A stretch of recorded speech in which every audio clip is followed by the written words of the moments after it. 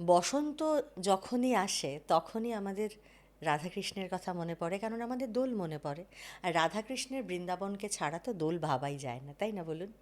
আচ্ছা, এই যে ব্রজভূমি আর বৃন্দাবন, এই নাম দুটি কোথা থেকে এলো জানেন? ব্রজ শব্দটির অর্থ চারণভূমি, মানে এখানে গবাদি পশুরা চড়ে বেড়াতো। আর বৃন্দাবন, গোকুল, নন্দগাঁও, বড়সানা, এই সব জায়গা মিলে হলো ব্রজভূমি বা চারণভূমি।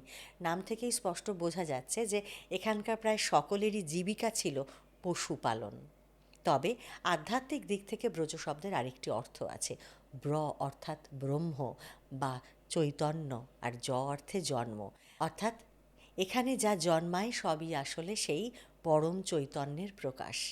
এদের চৈতন্য সুপ্ত নয়, বরং জন্ম থেকেই প্রকাশিত হচ্ছে। শ্রী ভগবানের নিজস্ব লীলাভূমি কিনা, তাই ব্রজধাম তার এত প্রিয়। ব্রজভূমি আসলে কিন্তু গোলকের অংশ, সে কথা জানেন? শ্রীমদ্ ভাগবতে সে কাহিনী আছে।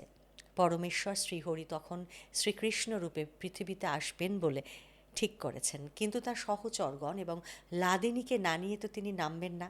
এদিকে গোলকের কেউই তাদের সেই চেতন ভূমি ছেড়ে এই পৃথিবীর ধুলো মাটিতে নামতে চাইছেন না। শ্রীহরি তখন তাদের শান্ত করে বললেন যে গোলকের ৮৪ ক্রোশ জায়গাকেই তিনি এই পৃথিবীর ব্রজধাম করে পাঠাচ্ছেন। গোলকের গোবর্ধন যমুনা থেকে শুরু করে যা যা বন, উপবন, ফল ফুল আছে, সে সবই এই ব্রজধামেও পাওয়া যাবে। এবারে তাঁর সহচরেরা নিশ্চিন্তে হরিলীলার অংশ হয়ে এলেন।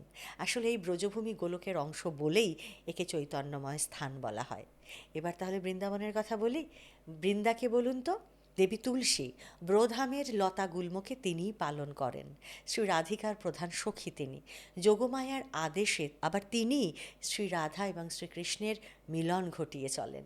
সেই মহামিলনের প্রেক্ষাপটটাও তিনি নিয়ন্ত্রণ করেন। কোন বাদ্য বাজবে, কোন ফুল ফুটবে, কিভাবে হাওয়া বইবে, কোন কোন পাখির কলতান জাগবে, এই সমস্ত, মানে এই মহামিলনের মুহূর্ত কিভাবে আরও মধুময় করে তোলা যায়, সে সব কিছু তিনি ঠিক করেন।